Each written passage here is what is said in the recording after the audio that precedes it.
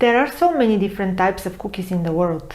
Soft, chewy, hard, crispy, crunchy, chocolate chip cookies, sugar cookies, gingerbread cookies. I will explain you now which are the main types of cookies and how they are made using different ingredients and how their texture is created through correct proportions of these ingredients. Hopefully this will help you understand a little bit of the science behind cookie recipes, and next time when you look for a new cookie recipe it will be easier for you to understand what would be the result before making it. Drop cookies. These are the most common cookies that everyone loves. Chocolate chip cookies are just one kind of drop cookies. There are many others, like for example snickerdoodles, crinkle cookies, peanut butter cookies, and so on. Some are soft, others crispy, and sometimes you just don't know which recipe to choose. Cut out or roll cookies. These are the ones that you roll out using a rolling pin. In order to do that, you need to make a dough that is firmer than the one of most drop cookies. This is achieved usually by adding more flour and refrigerating the dough. Of course, even some of the drop cookies require the dough to be refrigerated because this makes them spread less during the baking process.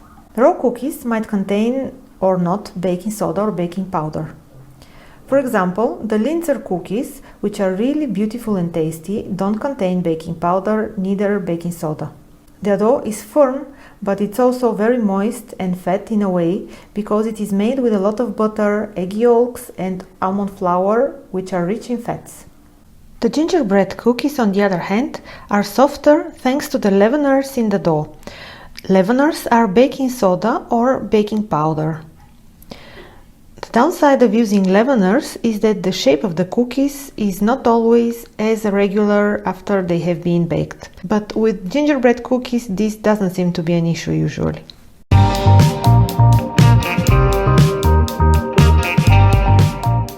So today we are going to focus on drop cookies and particularly on the good old chocolate chip cookie. Chocolate chip cookies are very different by themselves, but in fact using the same dough you can make variations just by changing some of the ingredients. The easiest way to modify the chocolate chip cookie is just to change the chocolate chips with something else, like for example white chocolate chips, M&Ms, nuts. Another option to modify it is to change the flavor. Instead of just vanilla you can add almond extract, rum extract.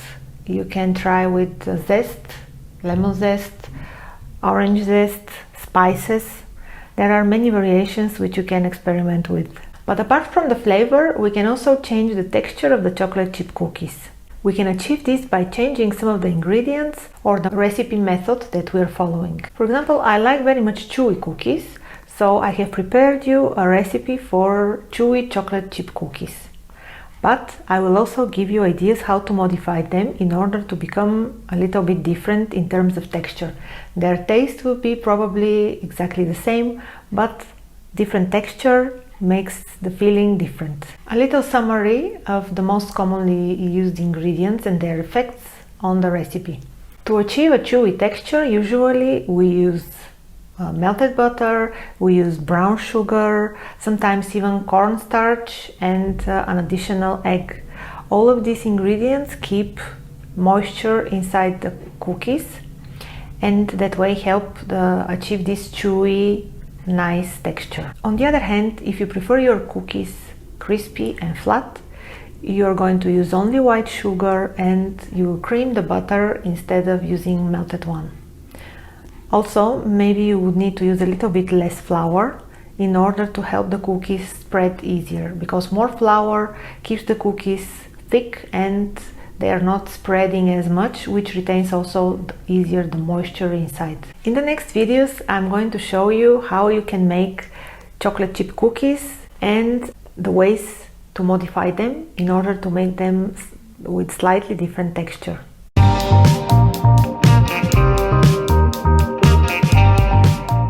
To make cookies, you don't need fancy equipment, but it is good to have few useful tools at home. Large baking tin.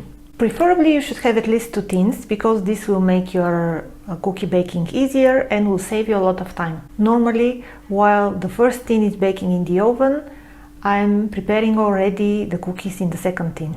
Parchment paper or a silicone mat. I normally use parchment paper, but some people say that silicone mats are the best.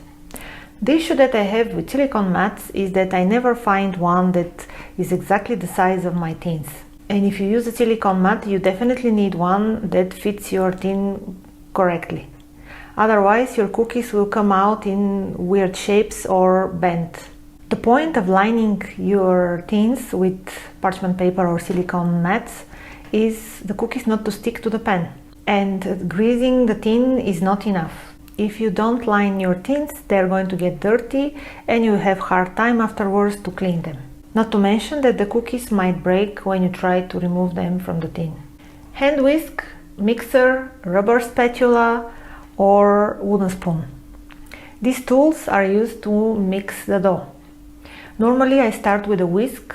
Sometimes you can also start with a mixer if you have to cream butter or whip eggs. When you start adding the dry ingredients, which will make your dough thicker, you will need wooden spoon or a spatula in some cases. Cling film. I recommend it for the moments when you need to refrigerate your dough. You just need to leave the dough in the bowl, wrap the bowl in cling film and leave it in the fridge for the indicated time. Refrigerating the dough is an important process of some recipes because it helps the ingredients to get thicker, the dough to get firmer, and that way the cookies will not spread too much during the baking. In some recipes this is an essential part, so don't miss it. If you make cutout cookies, you will also need a rolling pin. And now I'll give you my best tip for rolling dough. In order to make less mess and to make it easier in general for you, roll the dough between two sheets of parchment paper. Last but not least, you would also need one large bowl to make the dough and also several smaller bowls or cups to prepare your ingredients. Always prepare your ingredients in advance before starting the recipe. This is quite important. That way it's much less likely that you forget something. This is valid not only for cookie recipes, it's also valid for any kind of baking recipe.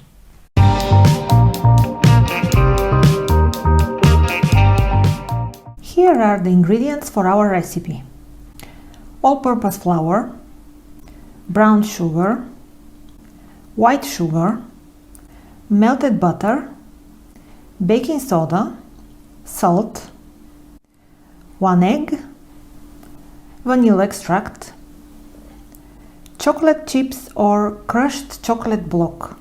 I honestly prefer the chocolate block cut into pieces because when you break it with a knife, you end up not only with chocolate chunks but also with tiny little shapes which incorporate in the dough very nicely and leave even stronger chocolate flavor. With these ingredients we would make chewy and soft cookies. If you want them to be crispy, don't melt the butter and use only white sugar. Also decrease the flour by approximately 1/4 part. It is also recommended to use both baking powder and baking soda in this case. You will find the complete list of recipe ingredients, including the variations and detailed steps, in the attached files.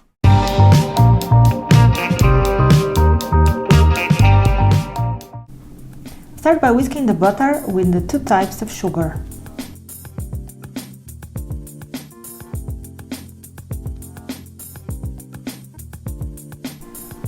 Add vanilla and egg. Whisk again. Gradually add the dry ingredients. Fold them with a spatula or a wooden spoon.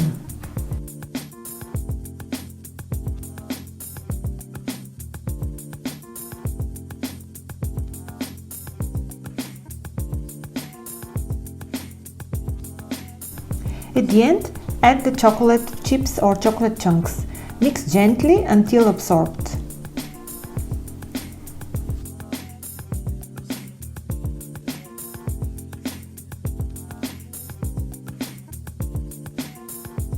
Wrap the bowl with cling film and let the dough cool for at least 30 minutes. You can leave it in the fridge for up to 2 hours.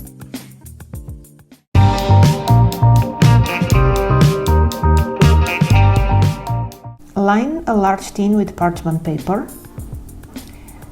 Make balls out of the dough. In our case, the dough is firm enough so we can make the balls.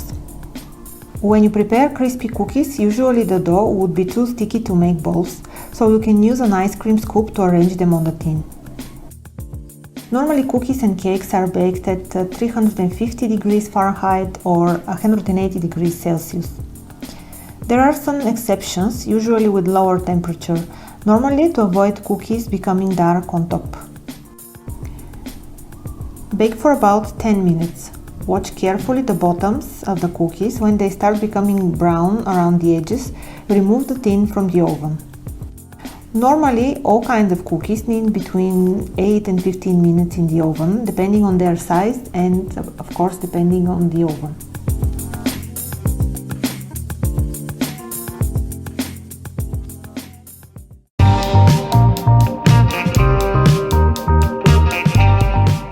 As I mentioned earlier, you can make a lot of variations with this cookie dough. If you add an additional egg, for example, the cookies would become softer and cake-like. They will spread also more.